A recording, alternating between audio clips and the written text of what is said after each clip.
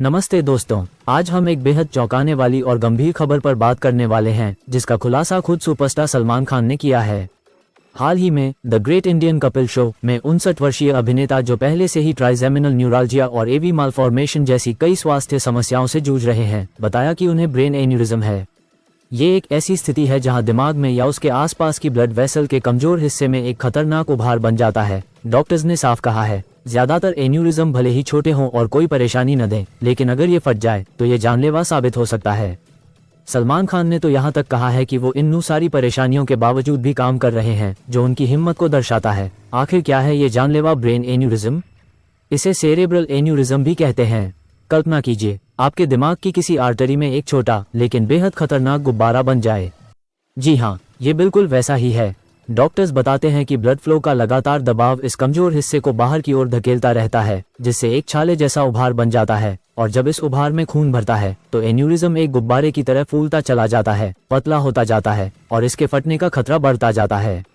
विशेषज्ञों का कहना है कि ब्रेन एन्यूरिज्म दिमाग में कहीं भी हो सकता है, लेकिन ये अक्सर आपकी खोपड़ी के आधार पर मौजूद बड़ी आर्टरीज में ही बनते हैं। और हाँ, एक चौंकाने वाला फैक्ट, लगभग 10 से 30% लोगों को एक से ज्यादा एन्यूरिज्म होते हैं। लेकिन राहत की बात यह है कि इनमें से अधिकांश छोटे होते हैं और अक्सर कोई लक्षण नहीं दिखाते, इसलिए इन्हें साइलेंट किलर भी कहा जाता है। एन्यूरिज्म के प्रकार क्या आपको पता है? ब्रेन एन्यूरिज्म कई प्रकार के होते हैं, लेकिन सबसे आम है सैक्युलर एन्यूरिज्म, जिसे बेरी एन्यूरिज्म भी कहते हैं। ये एक छोटी गोल थैली की तरह होता है जो ब्लड वेसल से लटकी होती है। एक और प्रकार फ्यूसिफॉर्म एन्यूरिज्म है, जिसमें आर्टरी का एक हिस्सा चौड़ा होकर फैलता है। कुछ रेयर केसेस में इन्फेक्शन के कारण माइकोटिक एन्यूरिज्म भी हो सकता है। एन्यूरिज्म फटने पर क्या होता है, वो पल जो बदल सकता है जिंदगी।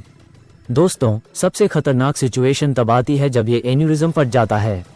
डॉक्टर्स चेतावनी देते हैं कि जब ऐसा होता है तो ये आपके आसपास के ब्रेन टिश्यूज में खून फैला देता है या गंभीर ब्लीडिंग, हेमरेज का कारण बनता है। ये खून आपके ब्रेन टिश्यूज पर जबरदस्त दबाव डालता है, जिससे दिमाग में सूजन आ सकती है।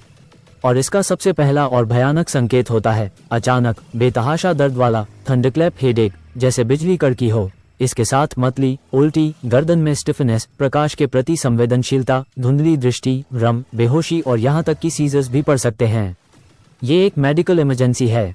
ये खबर वाकई चिंताजनक है और हम सभी सलमान खान के जल्द स्वस्थ होने की कामना करते हैं। आप इस खबर पर क्या सोचते हैं, हमें कमेंट्स में जरूर बताएं।